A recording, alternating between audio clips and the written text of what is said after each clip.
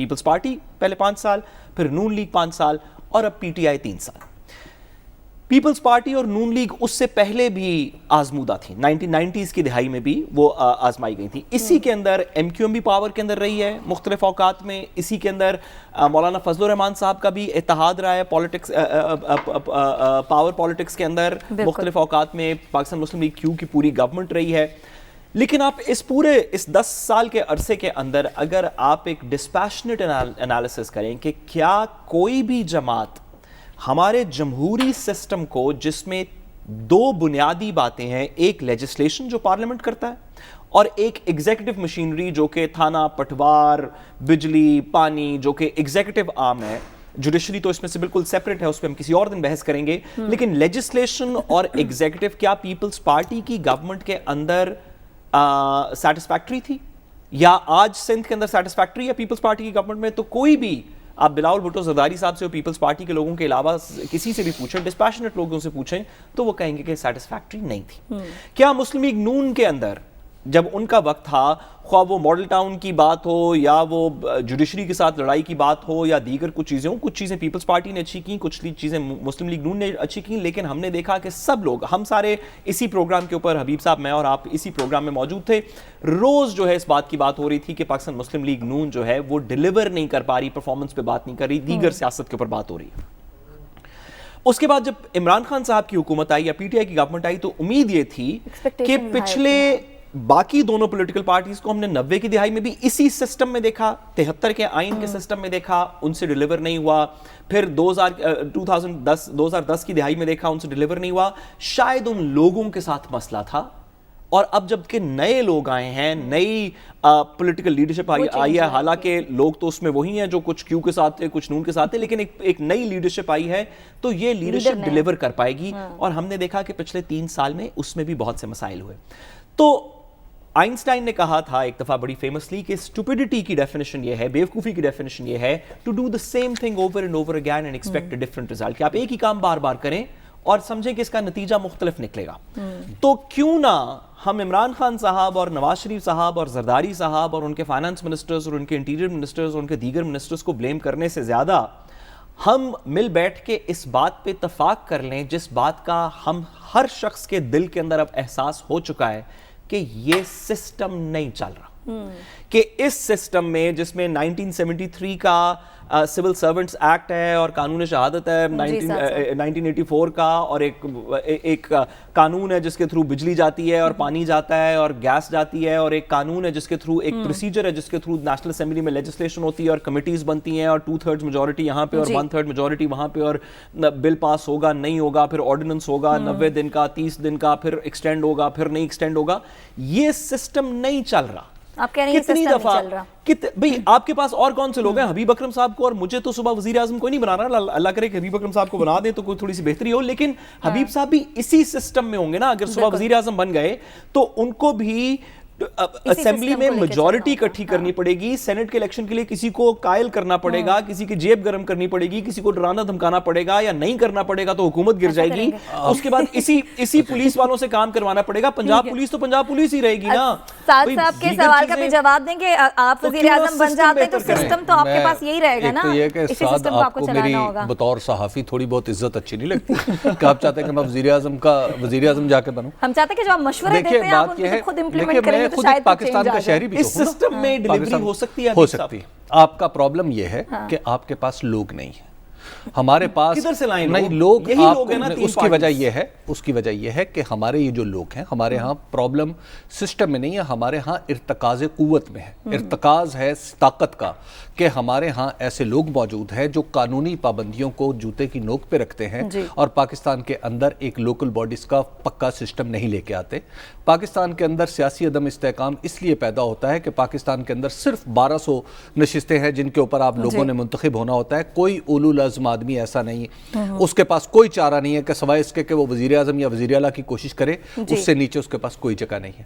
لیکن ان ساری باتوں کے باوجود دیکھیے اب یہ سسٹم چل رہا ہے نا, اس میں عمران خان کی حکومت کے بارے میں بہت عرصے سے کہہ چکا کہ یہ حکومت دراصل آئی سی یو میں پڑی ہوئی ہے, اب یہ وینٹیلیٹر پہ جا چکی ہے.